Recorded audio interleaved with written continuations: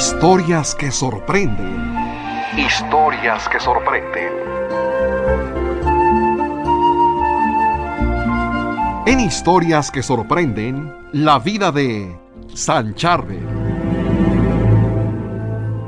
Corría el año de 1828 cuando, en el pueblo de Becacafra, a 140 kilómetros de Líbano, capital libanesa, cuando una mujer gritaba el nombre de Antonio en libanés. ¡Señor Antún! ¡Señor Antún! ¡Corra, porque su esposa Brigitte está a punto de dar a luz! No cabe duda que el momento de dar a luz es un momento que solo Dios conoce con certeza.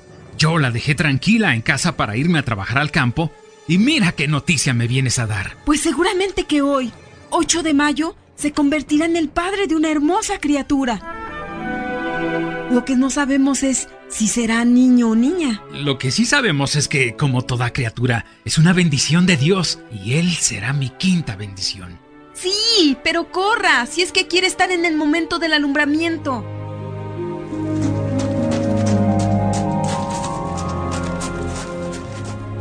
Nadie se imaginaba que aquel día nacería un santo.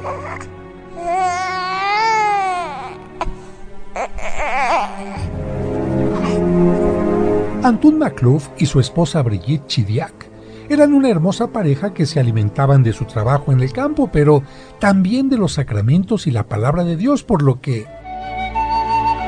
Mañana cumple 8 días el niño y creo que es tiempo de llevarlo a bautizar. Sí, gracias a Dios nació muy sano y yo ya me recuperé del parto, así que podemos llevarlo mañana mismo a la parroquia. Pero, ¿qué nombre le pondremos? Yusef, que en libanés es el nombre de quien hizo de padre terreno de nuestro Señor Jesucristo. San José. Sí, me gusta ese nombre, para que San José sea su santo protector. Pero también le pondremos Antún como yo, que en árabe significa Antonio. Así, al día siguiente, la pareja se presentó en la iglesia de Nuestra Señora, la parroquia de su ciudad natal. Yusef Antún, ego te baptizo in nomine Patris et Filii et Spiritus Sancti.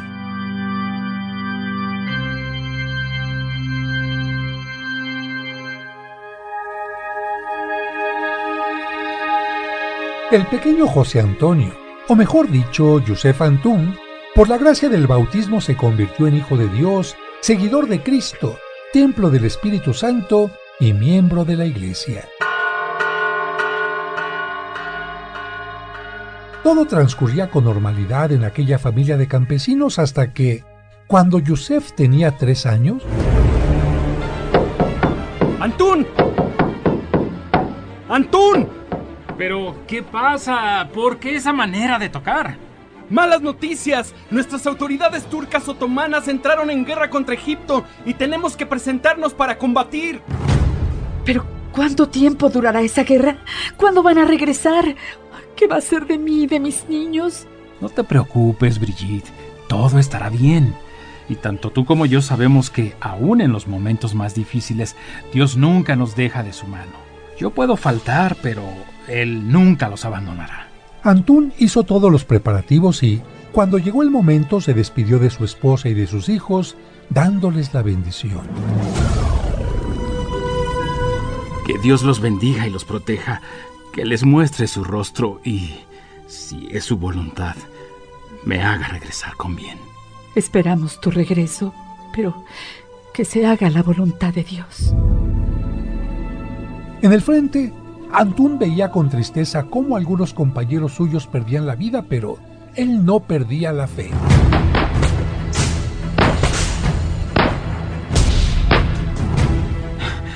Señor, la guerra no es el camino que nos enseñaste. Por eso te pido por todos los fallecidos, de uno y de otro bando, y sobre todo para que cese la violencia entre los pueblos. Afortunadamente, la primera guerra egipto-otomana terminó, pero cuando Antún regresaba a su casa... ¿La señora Brigitte? Sí, soy yo, oficial. ¿En qué puedo servirle? Tengo que informarle que la guerra ha terminado y que su esposo luchó valientemente, pero lamentablemente murió en el camino a este pueblo. Señor, si es tu voluntad que yo sola saque a mis hijos adelante, así lo haré. Pero por favor, no me abandones. Brigitte cuidó de su familia con todo esmero, haciendo que todos sus hijos encontraran en ella un ejemplo de virtud y de fe, pero, al parecer, la voluntad de Dios no era que ella se quedara sola para siempre, porque, tiempo después... Queridos hijos, deben de saber que su papá siempre tendrá un lugar especial en mi corazón y que nadie ocupará su lugar. Pero Dios me ha concedido conocer a un buen hombre que me propone matrimonio y desea ayudarme en su educación. ¿Y quién es él, mamá? Un hombre muy bueno que pretende ser sacerdote. ¿Sacerdote? Sí, es un hombre muy recto, devoto y de principios intachables. ¡Qué gusto, mamá! Tú mereces como esposo al mejor hombre de la tierra. Y qué mejor que alguien que quiera dedicarse a servir a Dios y a una familia. El ejemplo de su madre y del nuevo padre hicieron que el pequeño Yusef descubriera en él una gran atracción hacia Dios, al servicio y la oración, por lo que... Papá, permíteme que te ayude en tu ministerio. ¿Y por qué habría de impedirlo? Si varios niños del pueblo ofrecen su ayuda en el culto, con mayor razón puedes hacerlo tú. Yusef gozaba en los servicios religiosos, especialmente en la Santa Misa y en la oración, pero eso no era todo. Siempre buscaba la forma de ayudar a los necesitados e incluso poner paz entre los niños que entraban en pleito. Pero tenía una característica especial. Le gustaba mucho orar en soledad y desprenderse de todo. Señor, tú eres mi principal riqueza y por eso me conformo con lo mínimo que pueda tener. Sus estudios los realizó en la pequeña escuela parroquial del pueblo y para ayudar a sus padres, cuando cumplió 14 años, trabajó como pastor de ovejas. Solo quien ama de verdad a las ovejas se preocupa por ellas, las lleva a buenos pastos, calma su sed y les busca un buen refugio. Ahora entiendo por qué nos dijiste que tú eres un buen pastor para nosotros. Durante las horas de pastoreo, muy cerca de los pastizales, Yusef descubrió una cueva a la que se retiraba con frecuencia para adentrarse en horas de oración, por lo que no faltaron las burlas de sus compañeros. ¡Miren! ¡Ahí viene Yusef! ¡El niño loco que vive en las cuevas!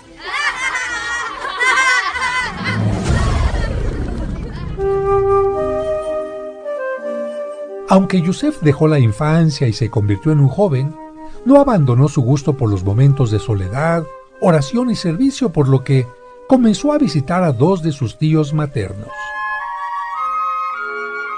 ¿De dónde vienes, Yusef? Fui a visitar a mis tíos. Me gusta mucho estar con ellos. Pero, ¿de verdad te sientes bien? ¿Por qué preguntas eso, mamá? Pues porque a los jóvenes de tu edad les llama la atención convivir con otros jóvenes de la misma edad, con chicas, incluso ir a fiestas del pueblo. Y en cambio, tú prefieres ir con tus tíos que son ermitaños. ¿Y eso qué tiene de malo? No dije que sea algo malo. Solo te confesé que me parecía extraño. Mira, mamá, Dios nos creó a todos distintos y por lo tanto con diversos gustos y capacidades, o como dice papá, con distintos carismas. Si los otros jóvenes sienten gusto con lo que tú dices, yo me siento feliz con lo que hago. Tú sabes que yo paso la mayor parte del tiempo en casa y no tengo mucho tiempo para enterarme de ciertas cosas. Platícame un poco más de qué hacen tus tíos o de la orden maronita. Mira, la comunidad se llama Orden de los Antonianos Libaneses Maronitas. Antonianos porque está inspirada en uno de los primeros ermitaños de Oriente, San Antonio Abad, que gozaba de la vida de silencio y oración. Libaneses porque tuvo su origen en nuestra tierra en 1695. Y maronitas porque se reconoce como fundador a San Marón. ¿San Marón? Pero, a ver, él vivió en el siglo IV. Y tú me dices que los maronitas fueron fundados en 1695. Brigitte tenía razón porque, aunque San Marón es reconocido y venerado por la Iglesia Católica la ortodoxa, la copta ortodoxa, la apostólica armenia y la anglicana, había vivido muchos años antes de 1695. Bueno, mamá, lo que pasa es que se reconoce a San Marón como el inspirador y hasta como el fundador de la orden. Él fue un monje sirio y uno de los primeros evangelizadores de Fenicia. Sus características fueron justicia, templanza, castidad y trabajo duro. Nunca tuvo la idea de formar una comunidad o iglesia, sino más bien un camino especial de santidad dentro de la iglesia de Antioquía. Sin embargo, muchos quisieron abrazar la vida de austeridad, soledad y oración que él proponía y el nombre de maronitas, pero fue solo hasta 1695 en que se organizaron mejor para fundar la orden. ¿Y en dónde vivía? No me lo vas a creer, pero decidió irse a vivir en la cumbre de una montaña donde estaba un templo al dios pagano Nabo, que él transformó en un templo cristiano. ¿Y cómo lo logró? Solo con oración, meditación y penitencia, armas que muchos han olvidado para conseguir grandes logros. Por eso yo quiero seguir su camino, y por eso me gusta ir tanto con mis tíos maronitas. Yusef siguió acudiendo a visitar a sus tíos y así aprendió más sobre la vida religiosa y el monacato. También supo que, si decidía ingresar a esa comunidad, podría elegir entre ser sacerdote o monje, y así le llegó la edad de 20 años. Querido sobrino, ya eres todo un hombre y te has convertido en el sostén de tu casa. Sin embargo, es tiempo de decidir qué harás de tu vida porque, a tu edad, ya se puede pensar en contraer matrimonio. Lo sé, tío. Por una parte tengo el deseo de formar una familia, pero por otra, siento que esa no es mi verdadera vocación. En ese caso, pídele mucho a Dios que te clarifique las cosas. Después de 3 años de espera, Yusef escuchó la voz del Señor. Deja todo, ven y sígueme. Así, una mañana del año 1851 se dirigió al convento de Nuestra Señora de Mayfolk, donde fue recibido como postulante. Yusef Antun, debes saber que cuando entramos a este lugar decidimos vivir una vida totalmente nueva. Y por eso es costumbre elegir un nuevo nombre para nuestra consagración. ¿Has pensado ya en alguno? Sí, quiero ser santo. Pues si quieres ser santo, en libanés santo se dice Charbel. Y te llamarás Charbel, en árabe Sarbil. A partir de ese momento, Yusef Antun José Antonio, de 25 años, se convirtió en Charbel. Más tarde fue enviado al convento de Anaya, en donde en 1853 profesó los votos perpetuos como monje. Charbel, para que tengas una buena formación intelectual, deberás acudir al monasterio de San Cipriano de Fifén. Allí recibirás los estudios en filosofía y teología. 6 años después, con la preparación necesaria y por una vida ejemplar de obediencia y observancia, Charbel fue ordenado sacerdote el 23 de julio de 1859. ¡Felicidades, hermano! Has sido obediente a la voluntad de Dios. Y ahora hemos decidido que prestes tu servicio en el monasterio de Anaya, a donde ingresaste por primera vez. Pasaron muchos años en los que Charbel no solo celebraba la Santa Misa con fervor y administraba los sacramentos alegremente, sino también llevaba una vida ejemplar de oración y apostolado, cuidando a los enfermos, pastoreando a las almas y trabajando en las cosas más humildes. Si aprendí a ser un buen pastor de ovejas, también debo ser un buen pastor de almas. Pero siento que algo me falta. Necesito más momentos de silencio, soledad y sacrificio para orar por mi santificación y por todas las necesidades del mundo, especialmente para que haya paz. Señor, me acercaré a mis superiores para pedir permiso de vivir como ermitaño, pero no quiero ir contra tu voluntad. Si tú crees que es lo que necesito para servirte mejor, haz que mis superiores me den la respuesta que tú quieres. Charbel recibió autorización para la vida ermitaña el 13 de febrero de 1875. Tenía 47 años. Hermano, han pasado ya muchos meses desde que Charbel vive en soledad. en una ermita, pero no podemos dejarlo totalmente solo y aislado. Por eso le pido a usted que vaya a visitarlo y regrese con noticias sobre su salud. Así lo haré, señor abad. Los visitantes que llegaban ocasionalmente a la ermita siempre regresaban con noticias increíbles. Señor abad, nuevamente fui a visitar a nuestro hermano Charbel y estoy sorprendido, porque no obstante tener una alimentación demasiado austera, vestir el mismo hábito y someterse a las inclemencias del tiempo, no solo goza de buena salud, sino que su semblante refleja mucha paz. Eso significa que está muy bien porque no vive solo. Por supuesto que vive solo, todos lo hemos comprobado. Pues no han puesto la atención suficiente. No entiendo. Lo que quiero decirte es que se ha dedicado tanto a Dios que Dios vive con él. Por eso no necesita grandes cosas y su rostro refleja la paz. Solo los hermanos de su comunidad sabían que Charbel vivía en aquella ermita dedicada a los santos Pedro y Pablo, porque el mundo ni siquiera lo conocía, aunque se santificaba gracias a su oración. Comía una vez al día, rezaba 7 veces la liturgia de las horas, hacía penitencia con un cilicio y meditaba mientras realizaba trabajos manuales.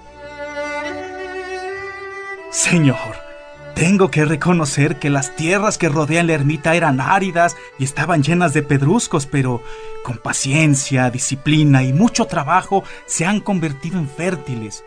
Con esto entiendo que así somos los humanos, como tierras áridas que necesitan de tu mano como jardinero para que podamos dar el mejor fruto.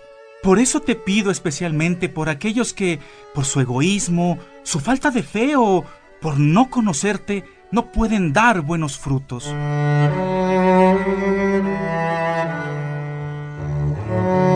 Charbel había vivido los últimos años de su vida en aquella ermita y cuando tenía 70 años, aunque sintió que se acercaba su muerte y el frío parecía calar los huesos, prefirió permanecer ahí.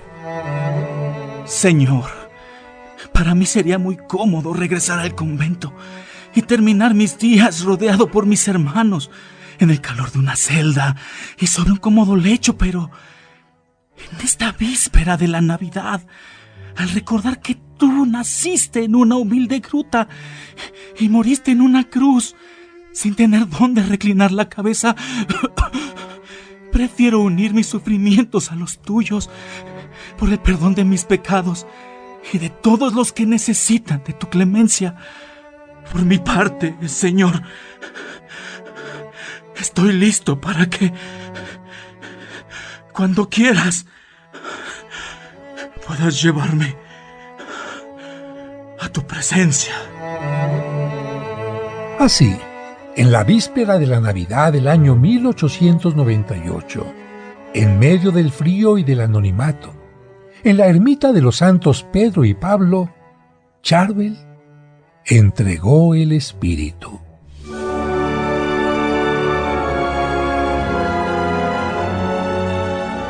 No cabe duda de que nuestro hermano, desconocido por el mundo, nos ha dejado un maravilloso ejemplo. Que Dios lo tenga en su gloria. Sí, Charbel había muerto como un desconocido, pero Dios, dentro de sus inescrutables designios, tenía algo preparado para después.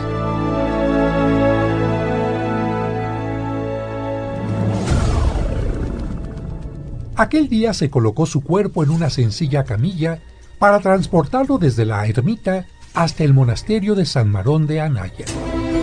El cortejo estaba conformado por el padre Macarios, compañero cercano de Charbel, Miguel Abir Ramia y el hermano Jawad, entre otros. Por el camino, varias personas les abrieron paso entre la espesa nieve que había cubierto todos los caminos, como solía suceder por las bajísimas temperaturas que se presentaban durante el invierno. Los que presenciaban el paso del cortejo fúnebre trataban de besar o al menos tocar el cuerpo del padre Charbel. Tan solo ese pequeño acto y la enorme fe que le profesaban eran suficientes para mitigar un poco la tristeza y para sentir que él les dejaba su protección y sus bendiciones.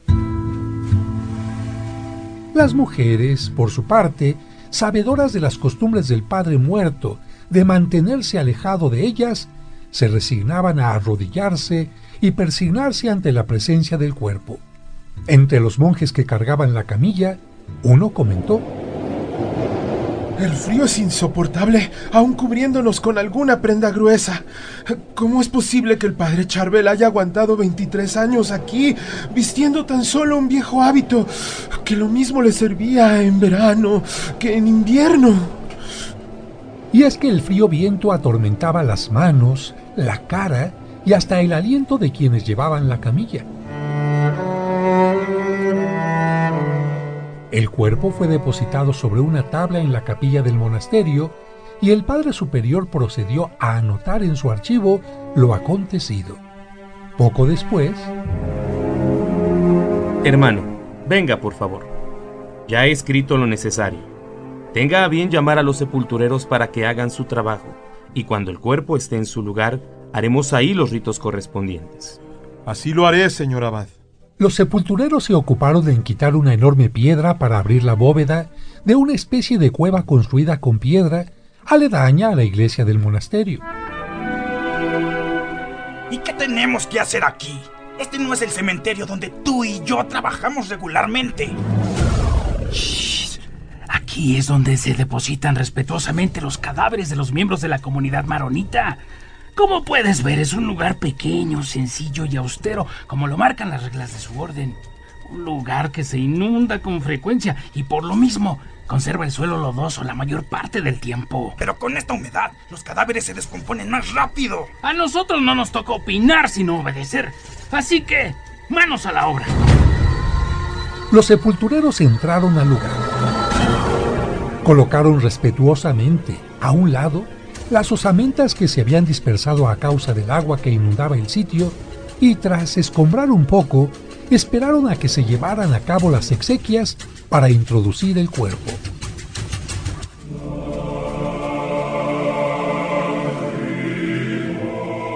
Llegado el momento, un cortejo de monjes y demás personas acompañaron a su última morada al cadáver del querido ermitaño. El cuerpo, tan solo cubierto por su hábito, se colocó en el centro del lugar sobre dos tablas apoyadas sobre piedras, ya que el suelo estaba lodoso. Enseguida, los sepultureros colocaron nuevamente la enorme piedra de la entrada y la sellaron.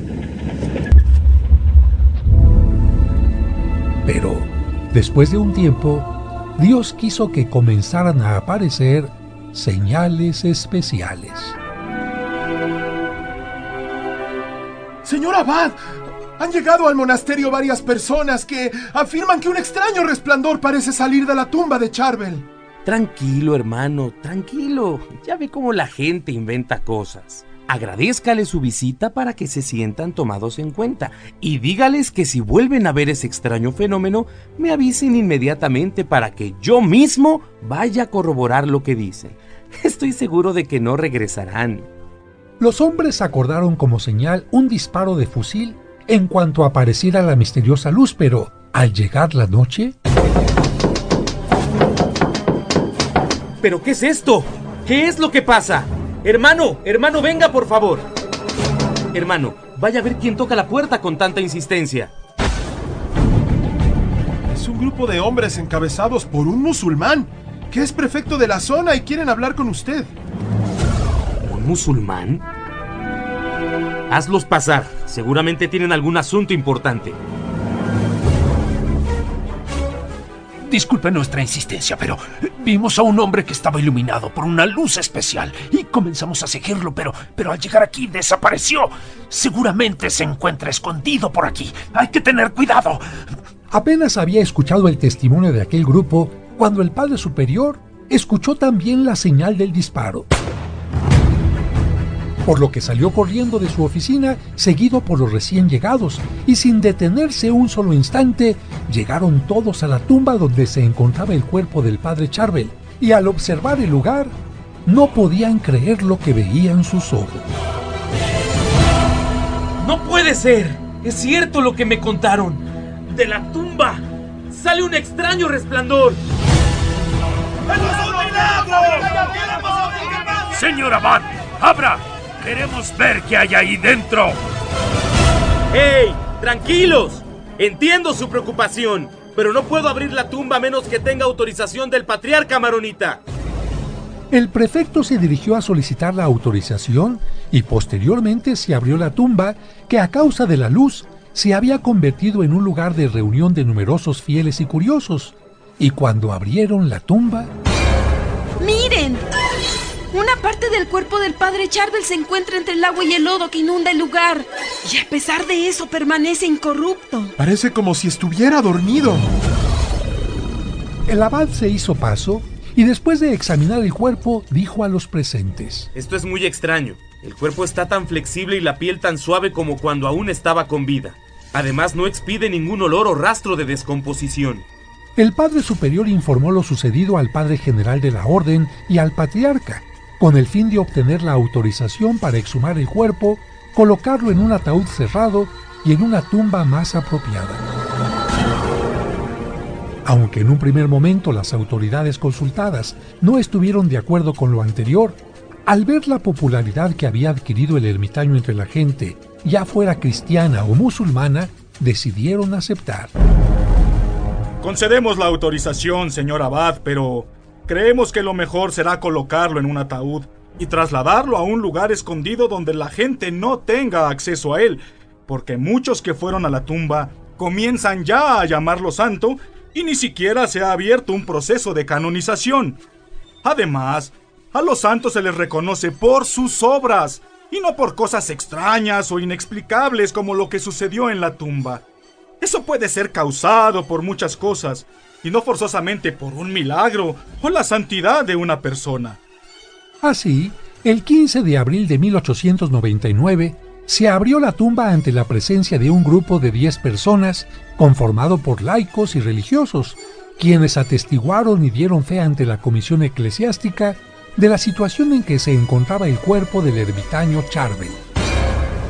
Constatamos que el cuerpo está totalmente conservado, a diferencia de la ropa que vestía, que está en muy malas condiciones. Esto puede ser una señal de Dios, porque ¿de qué otra manera se puede entender que 932 monjes y ermitaños se hayan enterrado aquí antes que Charbel, en la misma tumba, y 20 más después de él, y que todos, absolutamente todos esos cuerpos, hayan experimentado el proceso normal de descomposición, acelerado en gran parte por las condiciones del lugar? No sé si sea una señal de Dios, pero sí algo muy extraño. Y algo más extraño es esto que fluye de su costado. Parece transpirar agua con sangre. Los médicos ya lo han revisado y no encuentran explicación alguna. Yo creo que lo más conveniente es que le cambiemos el hábito y lo coloquemos en un ataúd abierto para ver si esto cesa. Después lo llevaron a un cuarto contiguo a la iglesia, a la que se llegaba subiendo una escalera de piedra. Los superiores consideraban que ahí estaría lejos de sus fieles, pero no se acababan los problemas. 3 días después, se presentarían otros. ¿Qué es ese olor? No lo sé. Ciertamente no es desagradable, pero sí nos distrae de nuestros rezos. Vaya por favor a investigar de dónde proviene. Uno de los hermanos fue siguiendo el olor y llegó hasta las escaleras que conducían al cuarto donde se encontraba el ataúd, y al observar que por ellas corría el líquido sanguinoliento que salía del cuerpo, corrió a avisarle al superior, quien tomó una determinación. No entiendo por qué después de tanto tiempo de su sepultura sigue brotando aún ese extraño líquido. Pero si dejamos que el líquido se siga extendiendo y no cambiamos de lugar su cuerpo, la gente pronto se dará cuenta dónde lo hemos ocultado. El párroco del monasterio, Joseph Al-Kafouri, tomó la decisión de cambiar el cadáver nuevamente de lugar y con la mayor discreción posible. En un principio, fue conducido a una de las celdas, pero después el padre, con ayuda de otro monje, lo colocó en una terraza con la esperanza de que se oreara y con ello se secara ese líquido que el cuerpo transpiraba por todos sus poros.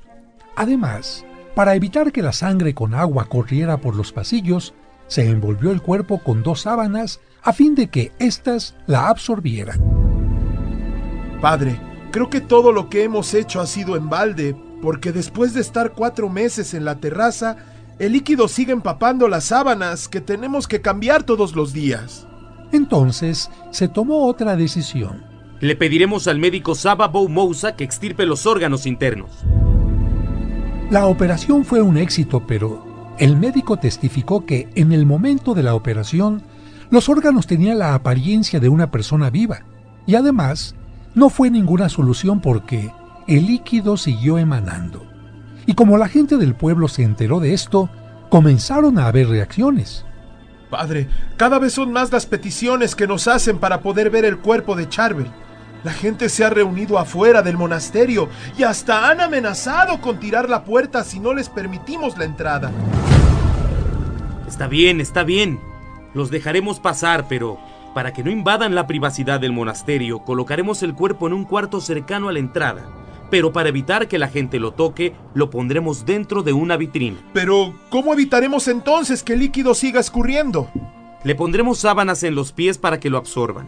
Y además, seguiremos la recomendación del doctor Najib el-Khouri. ¿Eso de colocar cal viva en los pies? Sí, él garantizó que la cal no solo absorbería el líquido, sino que también evitaría la transpiración y aceleraría la descomposición del cuerpo. Así se hizo mientras el cuerpo estuvo dentro de la vitrina para que lo vieran los fieles, pero la cal no funcionó. En verdad, padre, no comprendo por qué la cal viva no hace su función en este cuerpo. Esto es inexplicable para la ciencia. ¿Y qué otra solución ofrece, doctor? Debemos terminar ya con esto y permitir que el cuerpo de nuestro hermano regrese a la tierra como es voluntad de Dios. Polvo somos y al polvo volveremos. Si la humedad del sepulcro ni la cal viva funcionaron, solo nos queda esperar a que el cuerpo comience a corromperse solo. Pero no podemos dejarlo así. No es correcto exhibirlo en una vitrina como si se tratara de las reliquias de un santo. Tiene razón, hermano. No debemos confundir a la gente entre lo que es la santidad y algunas cosas inexplicables como esta. De esa manera, el cuerpo se colocó nuevamente en el ataúd que, casi 10 años después, en 1909, fue sustituido por una caja que donó otro doctor, George Chukrala. El mismo médico, después de varios años de observación, afirmó categóricamente: lo que sucede con este cuerpo no tiene explicación científica. Lo hemos analizado varias veces, incluso médicos forenses y yo no encontramos una causa lógica o natural. Como científico, no me toca a mí decirlo, pero creo que se trata de algo sobrenatural. Y ustedes deberían iniciar un proceso de investigación canónica porque quizás Dios quiere decirles algo. Fue así como hasta 1925, 27 años después de su fallecimiento, los padres superiores de la Orden Maronita introdujeron al Tribunal de Roma la causa de beatificación del padre Charbel. Nuestra petición ha sido aceptada, pero tenemos que añadirle todo lo que sepamos de Charbel y los testimonios de quienes le hayan conocido. En especial aquellos elementos que puedan ser considerados como pruebas de santidad o milagros obrados por su intercesión. Y algo muy importante, tenemos que cambiar el cuerpo de lugar porque, mientras la Santa Sede no lo autorice, no puede ser venerado por el pueblo. Siguiendo estas indicaciones, en 1926, el cuerpo se cambió de lugar, pero al año siguiente, el 24 de julio de 1927, el cuerpo del ermitaño tuvo que ser nuevamente exhumado ante miembros de la comisión eclesiástica. Bien, pues después de las observaciones necesarias, debemos hacer constar en un documento todo lo que hemos visto y oído sobre el caso. Dicho documento debe introducirse en un cilindro metálico sellado y, como lo exigen las normas, el cuerpo debe ser colocado junto con el cilindro en una caja de madera que a su vez deberá ponerse dentro de una de zinc, y nadie podrá abrirla sin alguna razón especial. Los ataúdes se colocaron sobre 2 piedras y se metieron en una tumba cerca de la cripta. Así pasaron 23 años más, hasta que el 25 de febrero de 1950... Padre Superior, necesita venir a la cripta a ver lo que sucede. De su pared está permeando un líquido. El superior general de la orden, Janandari, ordenó que se abriera la tumba para confirmar el estado en que se encontraba el cuerpo, y grande fue su sorpresa al observar que el cuerpo no solo se encontraba en perfectas condiciones, sino que, aún trasudaba. Eso era lo que había traspasado la pared de la tumba. Informado de lo anterior, el patriarca Antoine Arida ordenó una nueva exhumación en presencia de médicos y especialistas. No es posible. La ropa y los ataúdes están en pésimas condiciones por la humedad. Incluso el de zinc se abrió por la parte de los pies. Y miren, el cilindro de metal está inservible, pero por fortuna aún protege el reporte de 1927. Y sin embargo el cuerpo, véanlo, está totalmente incorrupto. Es como si estuviera vivo. Porque no se le cae el pelo ni las uñas y su cuerpo mantiene la temperatura y flexibilidad natural de una persona viva. Además hay otra cosa inexplicable. Si su cuerpo vivo tenía 5 litros de sangre y después de muerto ha exudado un mínimo de 1 litro de líquido por año, 67 litros en 67 años, ¿de dónde sale ese líquido misterioso? Y miren, ahora que le pusimos este amito sobre la cara, por el sudor quedó impreso en él algo semejante al rostro de Cristo, como en la sábana santa de Turín. ¿Será esto un milagro?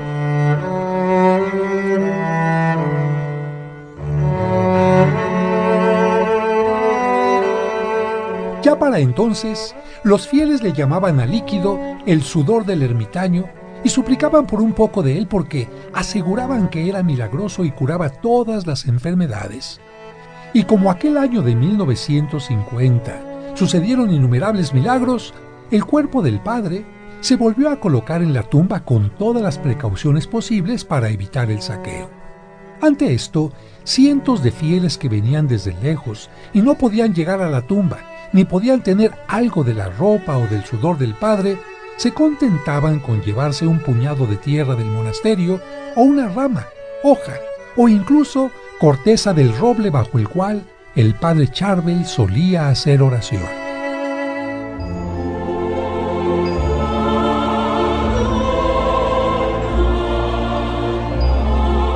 Finalmente, después de todos los estudios realizados, el 5 de diciembre de 1965, durante la clausura del Concilio Vaticano II, se reconoció la vida ejemplar del monje que había vivido, casi en el anonimato, en oración, austeridad y penitencia.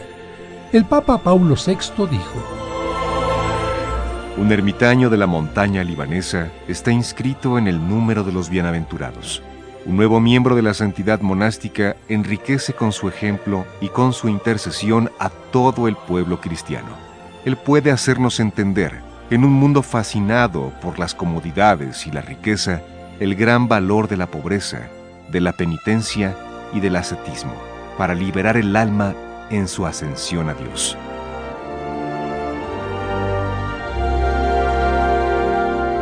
Y el 9 de octubre de 1977, durante el Sínodo Mundial de Obispos, el mismo Papa lo canonizó convirtiéndolo en el primer santo oriental desde el siglo XIII.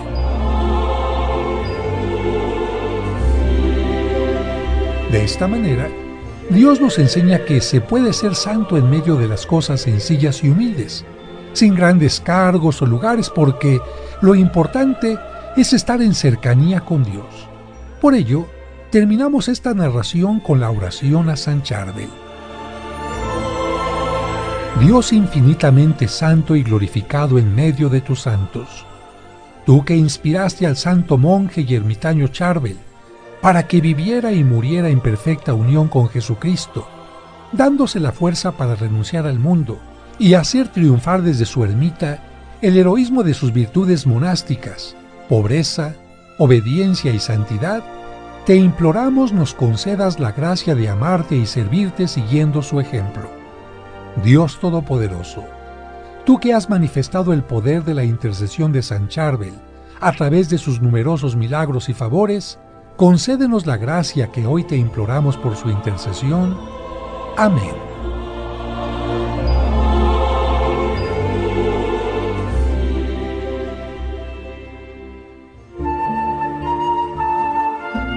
En tu camino presentó en Historias que Sorprenden la vida de San Charbel. Gracias por escucharnos.